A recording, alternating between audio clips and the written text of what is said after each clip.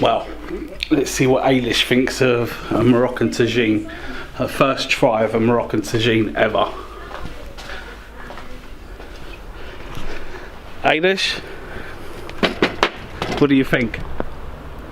Beautiful. Oh, good. Go on, what did you just say to me? Flavours are stunning. I've never had flavours like this before. What did you just say to me a minute ago? That I've definitely got to meet this lady. Oh, inshallah. She is beautiful food.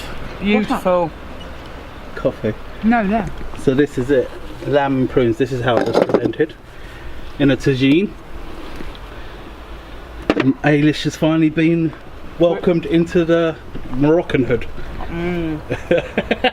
Beautiful. Good. That's good. Another happy customer. Perfect. That's what you guys are missing out on, Moroccan food out there. Simple but delicious. I've got to meet this lady before I go for my gastric band. She's got to meet my mum before she goes for a gastric band. She lives on my doorstep, she's going. She does. Literally around the corner from you.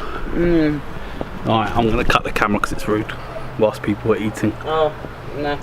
Fine, you'll only hear me burp. Meaning that I've enjoyed my food.